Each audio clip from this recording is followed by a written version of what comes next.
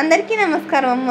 ఈరోజు మనం తెలుసుకుంటున్న అంశం ఏంటంటే అమ్మఒడి అమౌంట్కి సంబంధించిన టోటల్ డీటెయిల్స్ని చూద్దాం. వీడియోలోకి వెళ్ళే ముందు ఇంకా మన ఛానల్ని సబ్స్క్రైబ్ చేసుకొని వాళ్ళు ఎవరైనా ఉంటే దయచేసి సబ్స్క్రైబ్ చేసుకొని లైక్ చేసి షేర్ చేసి మీ ఫ్రెండ్స్కు రిలేటివ్స్ అందరికీ సబ్స్క్రైబ్ చేసుకోమని చెప్పండి. నా ఛానల్ని సబ్స్క్రైబ్ చేసుకొని ప్రత్యక్షంగా పరోక్షంగా సపోర్ట్ చేస్తున్న వాళ్ళందరికీ పేరు పేరున ప్రత్యేకమైన హృదయపూర్వక ధన్యవాదాలు. ఇంకా ఆలస్యం చేయకుండా వీడియోలోకి వెళ్ళిపోదాం. కార్పొరేట్ బడి అమ్మ ఒడితో ఫీజులు ఎలా? ఈనాడు అమరావతి. మాకు గతంలో అమ్మ ఒడి 15,000 ఇచ్చింది, ఇప్పుడు రావట్లేదు.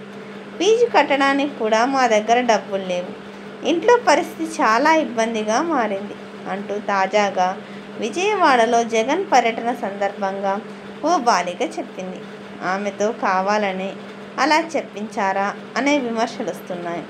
విజయవాడకు చెందిన దేవికారెడ్డి అనే ఈ బాలిక నగరంలో రవీంద్ర భారతి కార్పొరేట్ పాఠశాలలో 8వ తరగతి చదువుతోంది.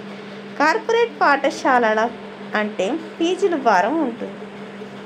అమ్మఒడితో ఫీజులు కట్టే వారమని బాలిక చెప్పడం హాస్యాస్పదంగా ఉందనే విమర్శలు వస్తున్నాయి.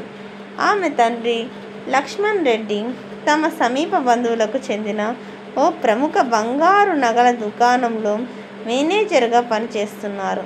తల్లి కూడా ఓ ప్రైవేట్ పాఠశాలలో రికార్డ్ అసిస్టెంట్గా పనిచేస్తున్నారు. అందరికీ ధన్యవాదాలమ్మా. అయితే ఇంతకుముందు అమ్మఒడి అందరికీ పడేది, మళ్ళీ పడుతుందో లేదో ఎట్లా అనేది ఒక డౌటు. పడాలని కోరుకుని పడుతుంది కూడా. అందరికీ ధన్యవాదాలు. దయచేసి వీడియోని మాత్రం స్కిప్ చేయొద్దు.